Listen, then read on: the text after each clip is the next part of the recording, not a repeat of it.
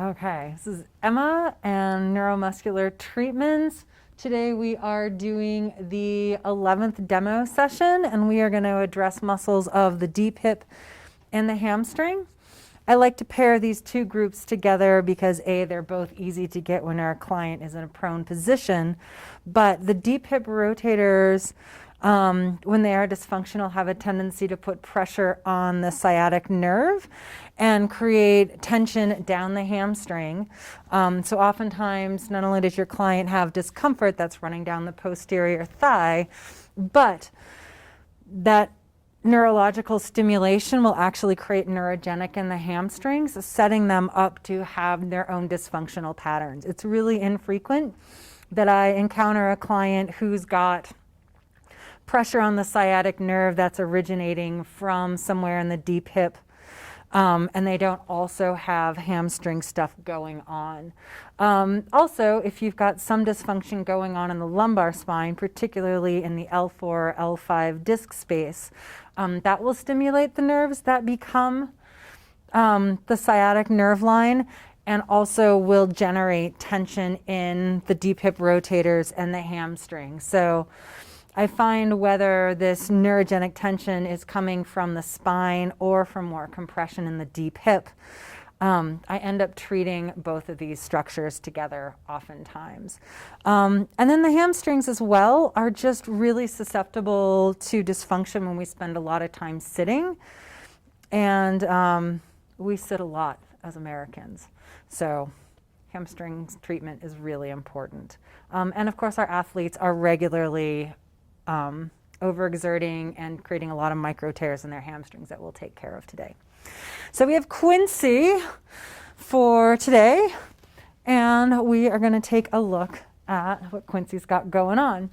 So if I have a client who's coming in with some sort of neurological symptoms that are running down the posterior of the leg, I first want to check with them and clear any reason that I'm concerned about what's going on in their lumbar spine, which usually means they don't have any discomfort and or they're under a doctor's care and they've said that they can come and have me do some work with their sciatic line. Other things that I might find myself working in through these deep hips are clients of mine who have chronic external rotation in their legs. And you'll encounter this as a side effect, oftentimes with a lot of lower leg dysfunction. A lot of times when people have arthritis in their knees or in the hips, one of their solutions to find comfort is to externally rotate their femurs. And that causes just chronic tightening and shortening through the deep hip rotators. As well as our clients that have a very posterior tilted pelvis. Part of that posterior tilt ends up generally rolling that femur into an external rotation as well. Plus that posterior tilt involves chronic contraction of the hamstrings. So you'll find these guys all coming together.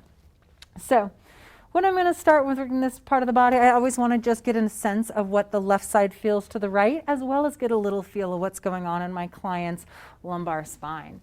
So I'll generally start at the head of the table with just kind of my over the sheets cat pawing and get a feel for the spine. In Quincy, I feel a little bit more muscle development over on this side than I do on the other side. And then I'm going to walk into those glutes. And I can tell that Quincy has just a little bit more guarding going on this side as well, kind of more in the superior hip. And given that the limitation I feel is kind of running on the horizon line, it makes me think that that's going to be more into one of the deep hip rotator muscles, most likely the piriformis. Whereas conversely, if I felt that density and it was going in a plane kind of more on the perpendicular line, then I would be thinking more that I had an issue going on with the glutes. So I'm going to keep walking down my client's body, just getting a sense of right and left side. I might spend a little bit more time kind of walking through these hamstrings. With Quincy, I definitely feel some tightness in the muscle tissue up by the superior attachment compared to the other side. As I walk down, I also feel some density more in this lateral distal hamstring, so over in that bicep femoris. And then just because we can, I'm going to just walk down her feet. Quincy, would you like a bolster? Oh, yes, please. Great. So we're going to slide a bolster in, which is also super nice for hamstring work because it's going to put those hamstrings in a little bit of a shortened position. How's that bolster? That's perfect, thank you. So, all right, so let's go back to a nice drape of the posterior leg. So Quincy likes to hang out, as many of our clients do, with their legs very close together, and it's going to cause problems for me working on this hamstring group. So before I even drape her, I'm just going to pick up her leg and gently reposition it for myself. I'm making my life easier. Don't be afraid to reposition your clients. As I've shown you this drape and how I do this drape, I'm going to bring my sheet and flop it towards the midline of my client's body. I'm going to hook that edge of the sheet in my fingers. I'm going to slide it on my client's inner thigh and then glide my hand a little bit superior. I'm going to keep holding on to that sheet. As I come and grab the upper part of my sheet, I'm going to pull it nice and firm and then tuck it underneath my client's body. So I have a nice drape. This is the drape that works really well for me. You can certainly pull the drape all the way through. You can always do work through the glutes over this sheet. It works quite nicely. All right, so we have some nice draping of our client. We would like to really warm up this tissue. To get to the deep hip rotators, we're going to be working through the glutes. So I'm going to spend some time just doing some nice compressions in here with nice soft open fists, kind of warming up that tissue. Pawing through. And as we do this, we should do a little bit of an anatomy review. So our deep hip rotators are a group of 6 muscles. And where they exist is they all originate somewhere on the sacrum, from pretty superior, pretty down low, some of them even on the interior surface, like obturator internus, and then all of them come and attach on the greater trochanter. So they kind of are in this lovely fan array through connecting the head of the femur to the sacrum. If they contract as a group, they're going to move the femur into external rotation. But because of their fan-like orientation, they do all the micromanagement of how the hip moves. So similar to kind of what the rotator cuff muscles do in the shoulder, they do all the fine-tuned motion, none of the power. So if Quincy were to kick a soccer ball, the deep hip rotators would have nothing to do with the speed or the force that is put into that kick of the soccer ball.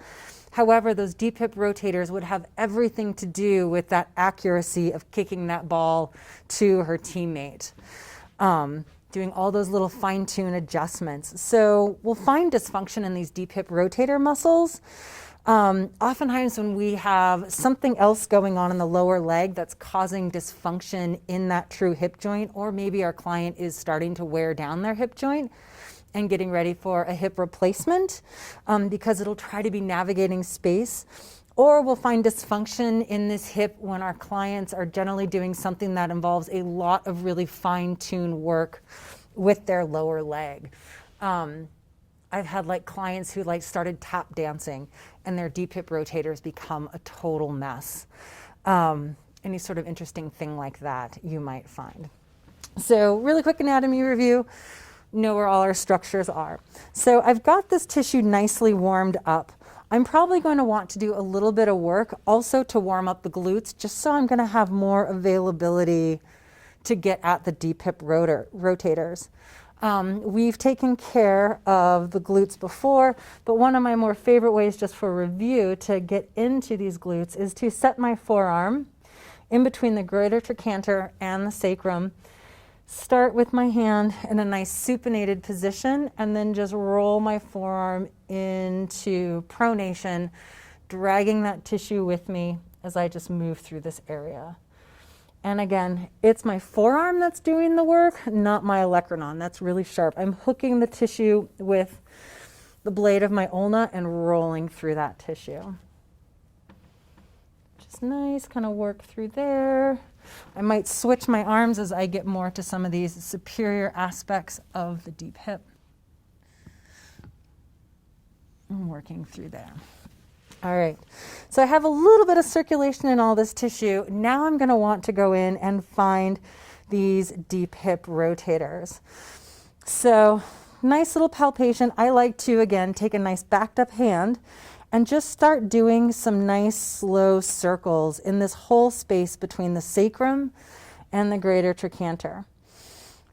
If you put a nice firm pressure that's going downward into the massage table, you're going to easily go through the glutes and be able to feel those deep hip rotators. Conversely, if my pressure is going towards the sacrum, I'm going to be more activating and working in that glute tissue. So our downward pressure is going to be one of the specificity pieces that we do to get at these deep hip rotators. And so really what I'm doing is just a little bit more specific warming up, and it's letting me get a better feel for these deep hip rotators. And as I felt when I first was just cat pawing through this tissue, I feel a lot of tension in this most superior of the deep hip rotators. And that most superior one is the piriformis. And as neuromuscular therapy goes, piriformis is the biggest problem child of the deep hip rotators. And I will say, like, clinically, I find then quadratus, which is the lowest of the deep hip rotators, is the second most common one that I see problems with. Piriformis and sciatica go hand in hand with each other because the sciatic nerve passes directly underneath the piriformis. So if it has any excess tension in it, it's going to put pressure on that sciatic nerve. Some unfortunate individuals actually have their sciatic nerve that perforates the piriformis, meaning it cuts through the middle of it. And those people generally have chronic sciatic nerve pain. And usually they end up surgically going in and removing part of the piriformis, if not all of it. Okay, so this tissue is really nice and warmed up. Obviously, we're going to be working through the glutes, so it's going to take some specific work and a little bit of oomph to get into this tissue. For me, the easiest way to get at this tissue is to get control of my client's leg and then use part of my forearm to actually access these muscles. So I'm going to turn and face my client's feet. I'm going to take my forearm and slide it so it is in line with the SI joint. Move my client's foot so they are in external rotation, and then pull their foot out towards the outside of my massage table, which is moving their leg into internal rotation. So it's lengthening any of those deep hip rotators. I'm going to let off my pressure as I move the foot, so her leg's in external rotation, and then pull this through. So she's in internal. And I'm just going to slowly migrate in that whole space from the SI joint all the way to that greater trochanter. And I'm going to work as many of the rays as I feel limitations in. So just getting some nice lengthening here, more specific work.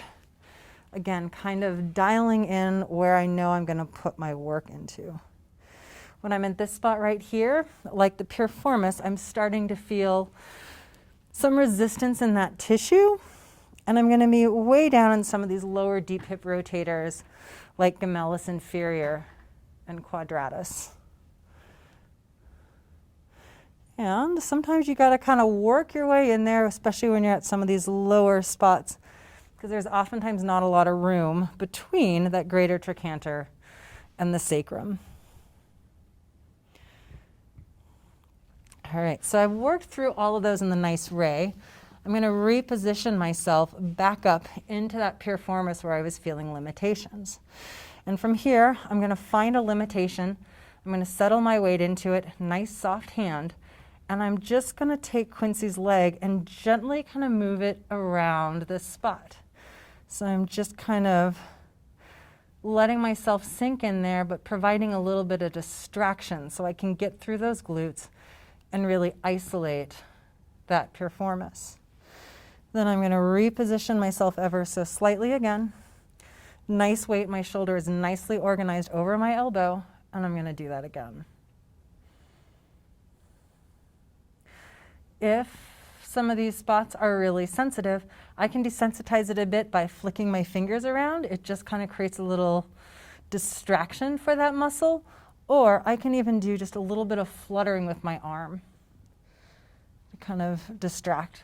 These muscles can be pretty darn tight. Do a little jiggling. I'm going to come out of this tissue. I'm going to reposition myself to some of that other tissue that was really tight. Spend a minute finding it. And there's where I want to work. So I'm going to sink my body in, again, organizing my shoulder nicely over my elbow. My hand is nice and soft. And I'm going to just move Quincy to a point where I feel the most restriction in that muscle, which for Quincy is actually moving into a little bit of external rotation. And I'm just going to pause here. How's that feel, Quincy? It feels great. She said it feels great. Nice pausing. That tissue's letting go. I'm going to add a little bit of vibration to the system by jiggling her leg. And I'm going to come out of that work. And I'm going to reach her leg nice and long. So now we've warmed up the tissue, we've lengthened it, we've gone in and done our ischemic compressions. Now we would like to really simply make sure we work all of these attachment sites. Now if we're doing a treatment when we're first doing the glutes and then the deep hip rotators, I would do the work on the glutes, then I would do that work on the deep hip rotators, and then I would come and do all of my plus minuses because I can kind of overlap and get attachments for all muscles at the same time. Deep hip rotators, if you're just doing them though, do not attach up on the iliac crest. They're all going to be down on the sacrum. So find that nice sacral ridge. One thing I found with the deep hip rotators is they have a tendency to kind of fascially pull onto the sacrum, and oftentimes it feels really good just to do a little bit of bone scrubbing over that edge of the sacrum. So oftentimes I'll find that sacral ridge, roll my fingers up over the top of it, and just do little tiny circles in both directions on there and walk down.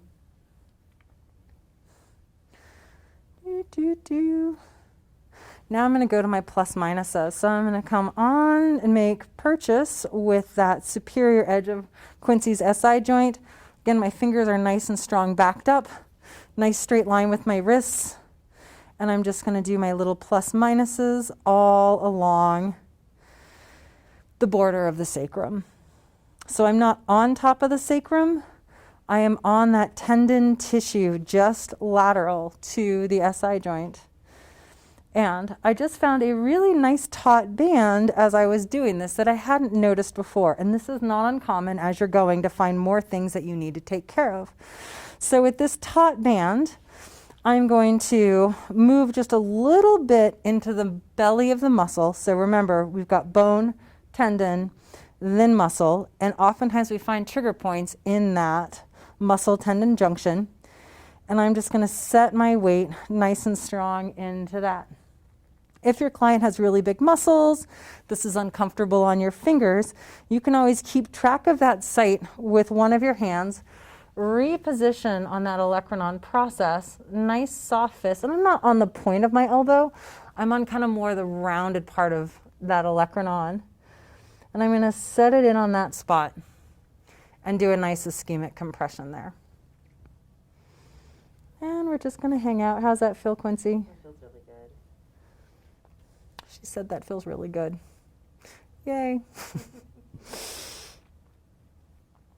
And as I'm hanging out here, I'm just giving it time to relax. Until you learn to really feel what tissue feels like when it lets go, you can always be in communication with your client and have them tell you. You can have supportive fingers that are going to give you better information, but you can also watch and feel your client's respiration. You know you're on a good spot when their respirations get a little bit more deep, or maybe they even get just a titch shallow for a moment, and then they'll settle down and you'll find their respiration goes back to a nice relaxed. So that's another cue you have that you are creating effective change in the tissue. So that happened a little bit ago with Quincy. So we're gonna move out of that spot. I'm gonna check and see it feels significantly less ropey, but I've still got a little bit of a muscle rope that I can run over that I'd like to see if I can create a bit of change with. So this is where we go into some of those fascial tricks, like what we were doing with the erector spinae. So I'm going to find that rope and I'm gonna see where I've got more resistance in the tissue. If I go inferior to that rope and move up into the tissue, I feel a lot of restriction. If I pull towards me, I don't feel like I'm creating any change. I'm gonna go above that line and same thing, I'm gonna push into it and it feels like I could push for forever. I'm gonna pull and I don't really feel anything changing either. So I'm gonna go back to that very first position and right below that ropey line of muscle, and this is obturator externus if it matters, which it doesn't. Get a good feel of that. I'm gonna slide my fingers in and I'm gonna move that fascia towards that taut band. So I'm just grabbing tissue and I'm like mounding it up on top of that top band of tissue. And I might just do a few little passes there. You see a little flicker of muscle tissue that lets me know that we're onto something really good and valuable. And as we go, we've now gotten rid of that twitch response.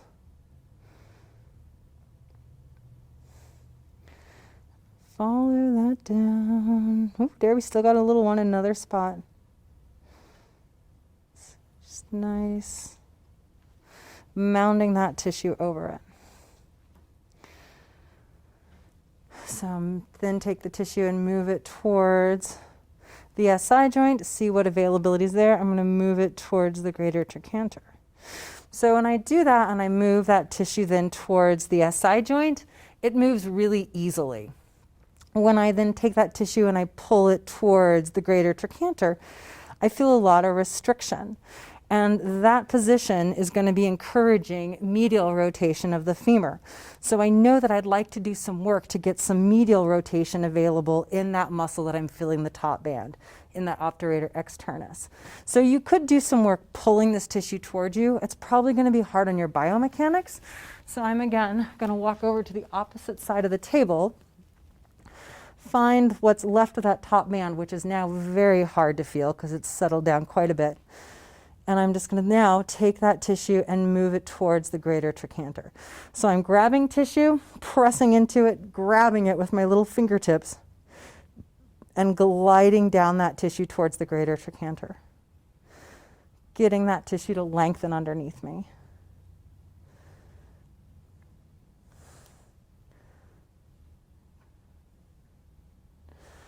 That should actually feel pretty nice.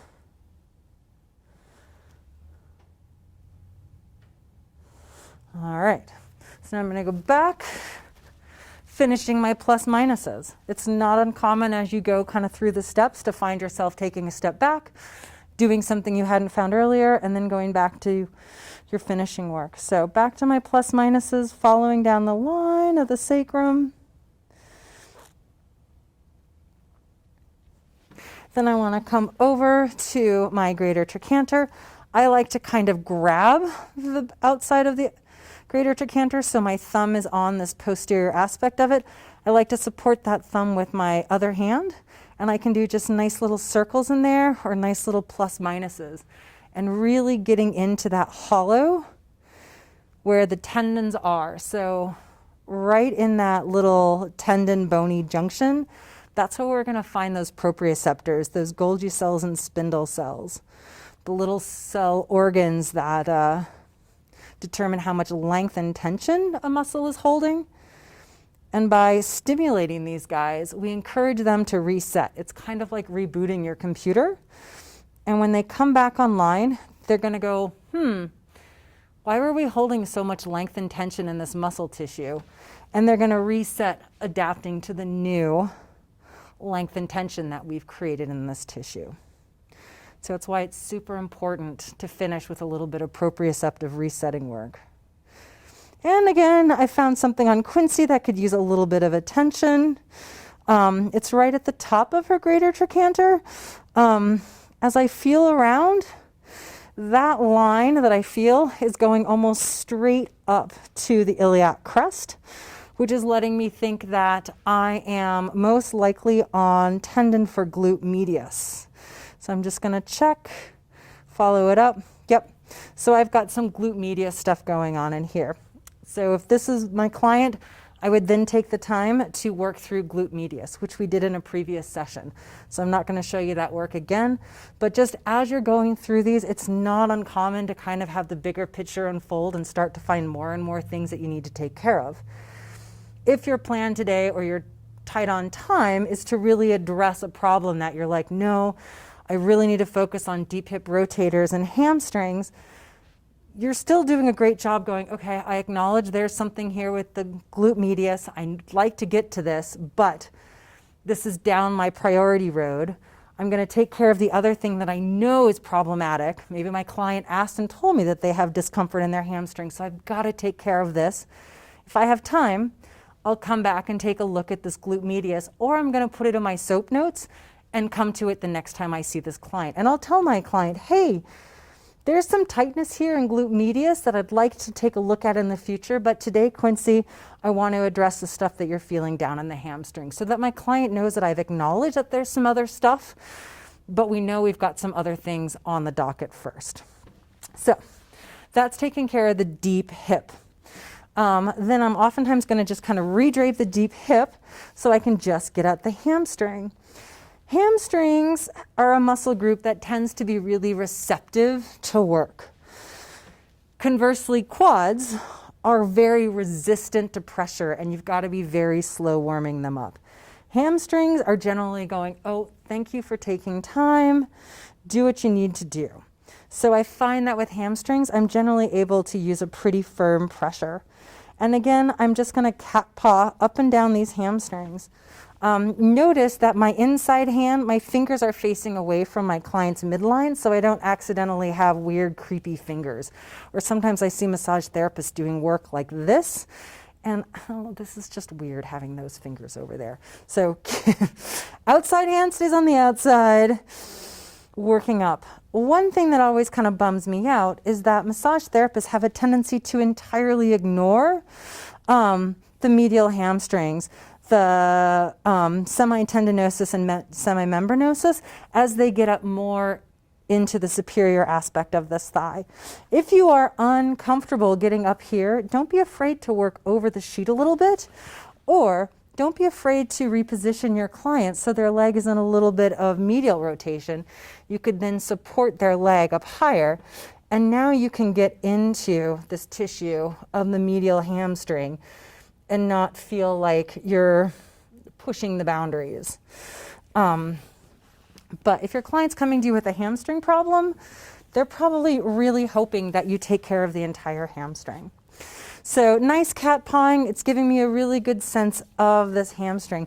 With Quincy, she's got a lot of binding right here in the middle of this muscle belly, right where we've got the medial and lateral hamstrings coming together. So let's back up and really quickly review our anatomy of the hamstrings. The hamstrings, 3 muscles, technically 4 heads.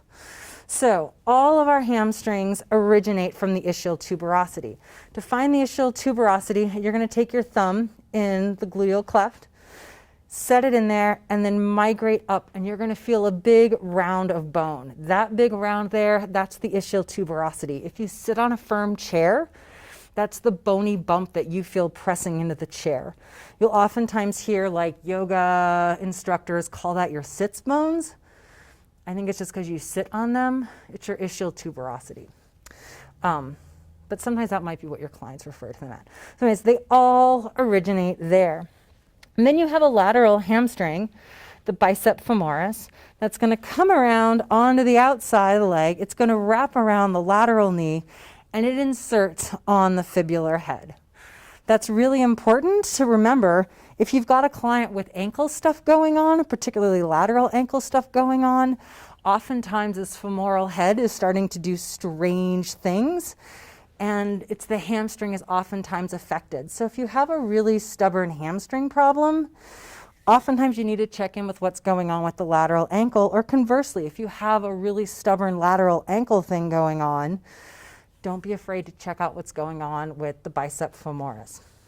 So long head of the bicep femoris goes from the ischial tuberosity down to our fibular head, while the short head of the bicep femoris, bicep, two-headed, actually is going to attach in on the femur at about the proximal third. Hard to feel where that attachment is, but just know. Then you come on to the medial hamstrings, and you've got two of them, semitendinosus and semimembranosus. Both originate on that ischial tuberosity. Both come around and encapsulate the medial knee. But what's different is the deeper of the two is the semimembranosus, and it encapsulates the medial knee, and it attaches through a whole bunch of different structures down on the tibial plateau. The semitendinosus, which is more superficial and more tendon as it comes distal, becomes part of that pes anserine. So it's the posterior line of that pes anserine. You've got semitendinosus, then you've got gracilis, then you have sartorius running around to the front of the hip.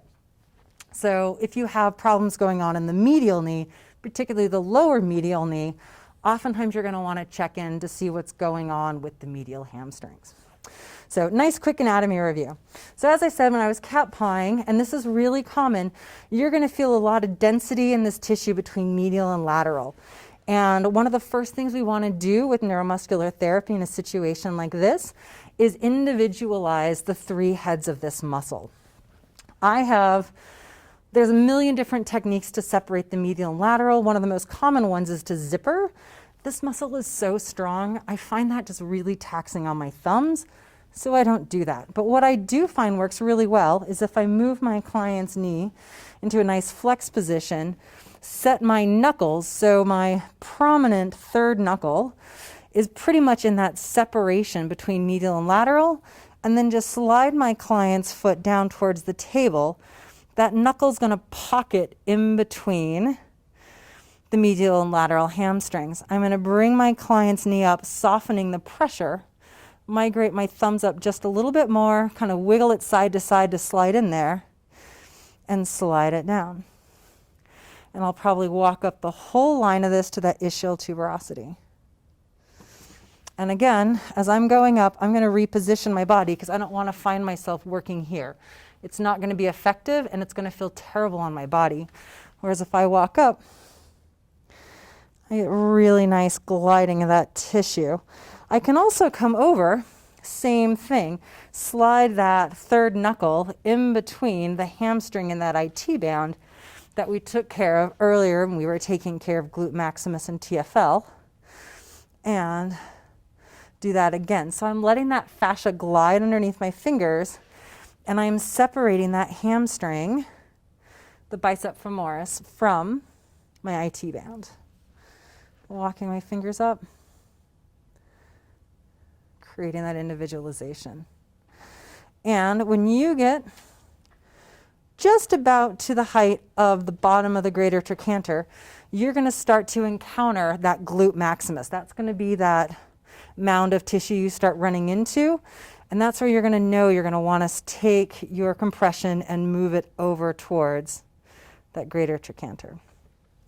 Now, I like to do this on the medial hamstring as well. If my client's small enough, I'm going to walk over to the opposite side of the table, so I'm working away from my client. I'm going to slide again my knuckles into that separation of the medial hamstrings from the adductors and extend my client's leg that way. I like doing this across the body because I feel like I can be working in a straight line, as well as my thumb is going to be sticking out towards the outside of the table, not towards my client's midline. And again, don't be afraid to work over the sheets. And I'm going to take this all the way up to the ischial tuberosity. So I've got some nice separation of those muscles. I'm going to see how I did. Now I'm going to take my thumbs and slide in between the medial and lateral, and hopefully you can just see already with that fairly light work but specific work, I've created a very definite lateral hamstring compartment and a very definite definite medial component to this hamstring. The next thing I would like to do is separate out a little bit more specifically the semitendinosus from the semimembranosus. Semitendinosus, again, is very tendinous down at the distal part. If you come just superior to the knee joint on this medial leg, if you create a little pincer grip, you're probably going to be right on that semitendinosus. You could potentially be on gracilis.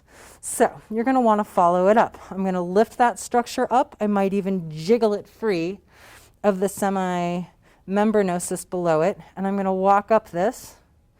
And I'm going to know that I'm on semitendinosus, not gracilis, if I suddenly start going on a line towards the ischial tuberosity. I'm going to know conversely I'm on gracilis if when I lift that, and then I go by about the second or third position, I realize I'm in a straight line towards the pubic ramus.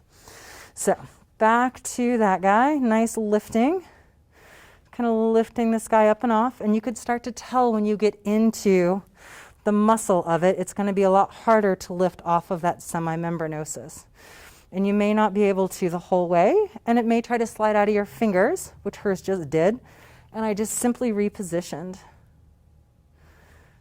I'm going to try to follow that, see if I can separate it, give it a little jiggle. I'm just fascially pulling it free.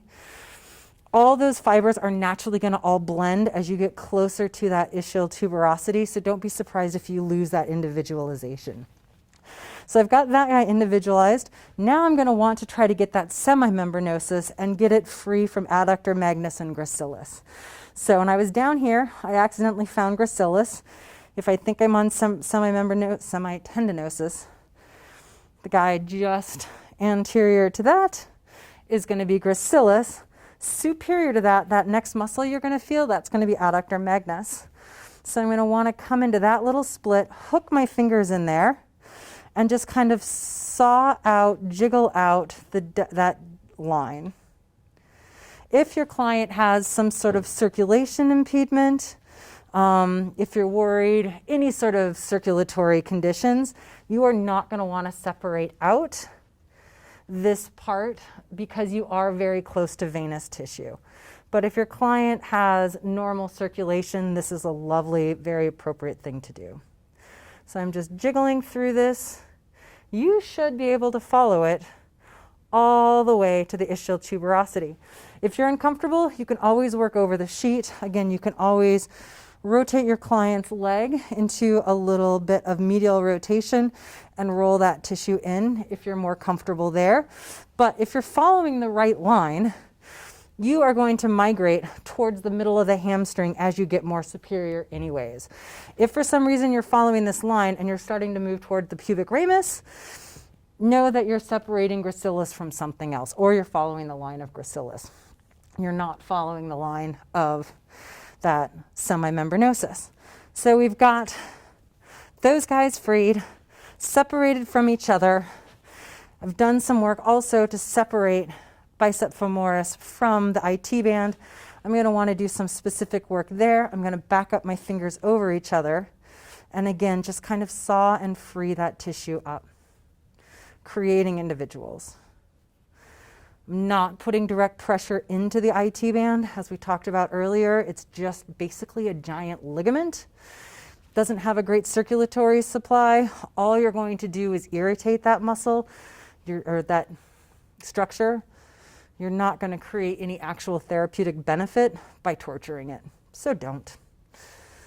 All right, so I followed that IT line band up. Obviously, as I get about 3/4 up it, the hamstring group has migrated, but I end up oftentimes just following that IT band until I hit glute maximus, and then I might come back a little bit and make sure that I've got that bicep femoris free from gluteus maximus. And I'm going to take that all the way to my ischial tuberosity. And Quincy definitely has some guarded tissue up here. So that may have seemed like a lot of work, but without doing anything really torturous to Quincy, without doing any gnarly work, without me having to work hard, we now have this very lovely, pliable hamstring where I can individualize bicep femoris, the medial hamstrings, both semimembranosus and semitendinosus. Now it's really easy for me to identify where there's some restrictions within this group. So, as well as it's easier for me to do pincer grip on any of it.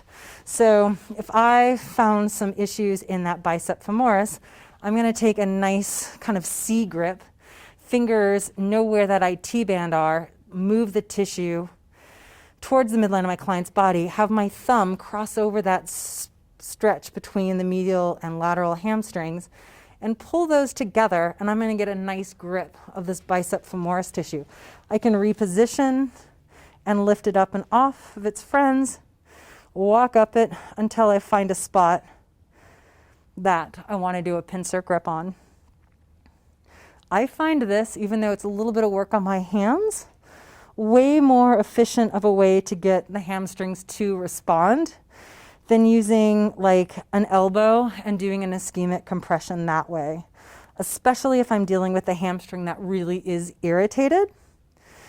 Because I'm lifting this hamstring up off of the surrounding tissues and I'm able to compress it into its friends. And if my client is really tender, like at their ischial tuberosity, I can take that compression and I can glide it slightly superiorly, so I'm not pulling against that attachment. Or similarly, if they're feeling the issue down towards the knee, I can take that ischemic compression of my pincer grip and migrate that tissue slightly inferiorly. So again, I'm unloading that tendon attachment. Conversely, if I were to come in here with an elbow to do this ischemic compression, which you can, sometimes this really is your best option. For me, it's a last resort. I don't like this because this downward pressure is by definition going to be yanking really hard off both the tendon attachments at both ends of this hamstring. And when the hamstring is problematic, seldom does your client really have pain in the muscle belly itself. Typically, this muscle is so tight and so short that it's pulling off the bony attachments. And that's where the inflammation is. That's really where the tissue damage is. And we're addressing this muscle tissue, trying to release how much pull is happening on that to begin with. So for me to come in and do this downward ischemic compression is temporarily really pulling on those attachments. And again, sometimes you have a client whose hamstrings are just so big or so strong, that's your best option, but I would try lifting them and doing a pincer grip first.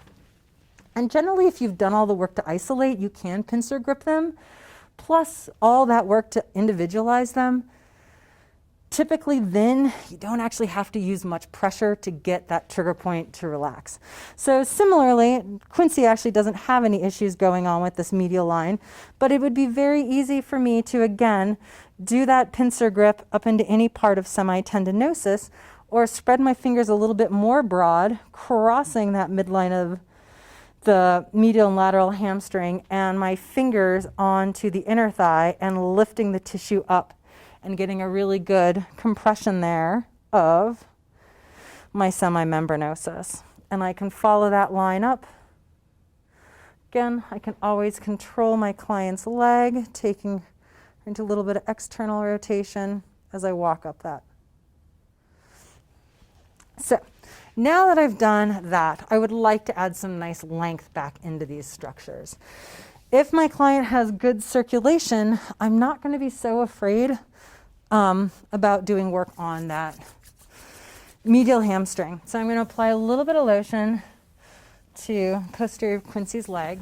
And as happens with most drapes, they will start to migrate. It's not uncommon for me to really quickly just kind of readjust.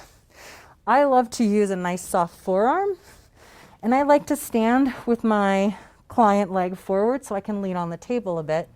Sink into the hamstring, and I'm going to start by going over, smack down the middle of the hamstring. So I'm kind of crossing both medial and lateral hamstrings.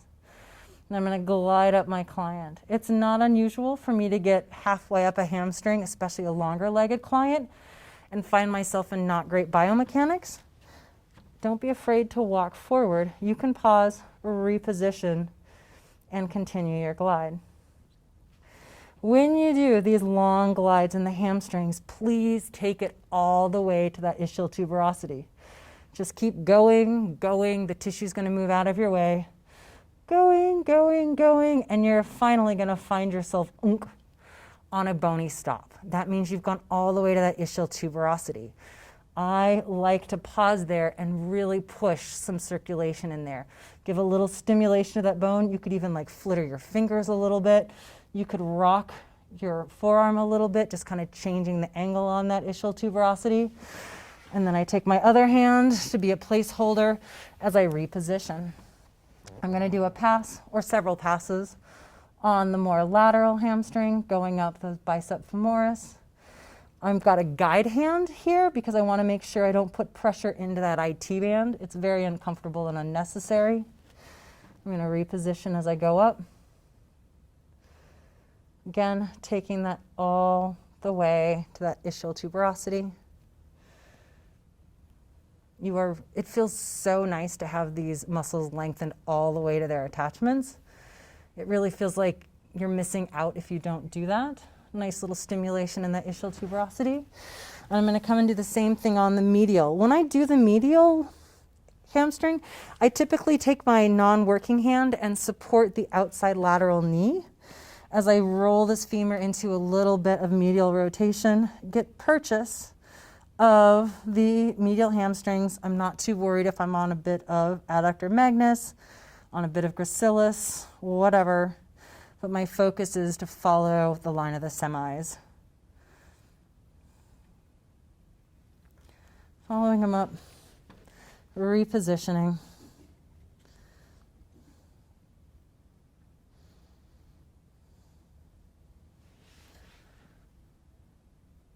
Slowly, slowly, slowly, letting the tissue just soften underneath my pressure before I let my elbow glide up any further. I'm going to get up to that ischial tuberosity. I'm not quite there yet. Nice and slow and patient. Nice little gliding work in there. So take a little thumb, do a little tracking up. I like to follow that fascial line that separates medial to lateral, backed up with my fingers of the other hand. I like to take that all the way to that ischial tuberosity very specifically. And now I'm going to do little plus minuses right on that ischial tuberosity. And so you can see, glide our drape out. I'm right in that ischial tuberosity. It's actually a pretty broad bony attachment. It's not the single spot. So I'm going to hook that thumb in, do my little plus minuses. I'm going to migrate it ever so slightly more medially, plus minuses. A little bit more medially again, a little bit more medial again, and then finally till I'm all the way around that ischial tuberosity. Then I'm going to slide my hands away from that. Now I'm going to come down to my client's knee, and it's time to address some of these lower tendon attachments. I really like to cross my hands across the back of the knee and use my fingers kind of all lumped together to just kind of do some big circles around that bony tissue. So I'm crossing the medial and lateral epicondyles, I'm crossing the tibial plateau, I'm swooping around that fibular head, getting some nice circulation in there. This tissue should already be significantly more happy because it doesn't have so much pull from the muscle bellies, but it has a tendency still to be a little stuck. If these tendons are really ropey and stuck and pulling really hard, one thing you can do is take your client's foot back up into a nice 90-degree position. Take your thumb and index finger above the popliteal space, slide those fingers onto the inside of each of the medial and lateral tendons. Put a little outward pressure on those fingers like you're pressing your fingers apart, or you could even cross them and push out. For me, it works better that way. And keeping that pressure and glide that foot down to the floor. So what you're doing there is by not letting those tendons move medially or towards the midline of the leg, as the client's going out, you're putting a little extra stretch in them, and they tend to free up from any of the other attachments at the knee. One of my more favorite anatomical structures, I have so many, but what's so cool is that the hamstring tendons cross the medial and lateral knee and attach down below the knee joint, while the heads of the gastroc come up, and those tendons go underneath the tendons of the hamstrings and attach up on the medial and lateral epicondyle, creating this little cross structure there, which creates a whole bunch of stability for the knee when the knee is bent, because then the muscles in both these groups are activated. Really important structure for anybody who's got some rotational aspect to what they're doing with their body. But you can get those really sticky, and this simple technique will free both the gastroc and the hamstring tendons from each other. So if you're dealing with some gastroc stuff, that's also a really great technique that you can do up there. Anyways, got these guys separated. I'm gonna come down. I'm gonna do some little plus minuses or circles all around that fibular head. I'm gonna do some little cross fiber work and follow up that lateral tendon until it starts to feel more soft and blended, like I'm into actual muscle tissue. I might do a few passes there as it's flipped over the tendon, letting me know where I'm at. Moving up, I'm gonna do the same thing on the medial side. I'm gonna come in here, do some nice circles all through that pes anserine. So I'm coming to the patella, distal to the patella, and all along that front aspect of that tibia, because that pes anserine is going to spread through that whole structure. I'm going to make sure I move through all of that posterior aspect of the tibial plateau, move up, find my tendon, and I'm probably going to do, again, a little cross fiber rolling of that tendon as I move up. That semitendinosus is a very floppy tendon if you've done your job, and so you might just kind of be dancing with it a little bit. So I'm pushing it posteriorly and then flipping over it. I'm pushing it anteriorly, flipping over. I'm intentionally flipping over this tendon until I fall into the muscle. Then I'm just going to finish up with some nice long effleurage strokes in this hamstring, and then move on to the next piece of my project. Thank you, Quincy.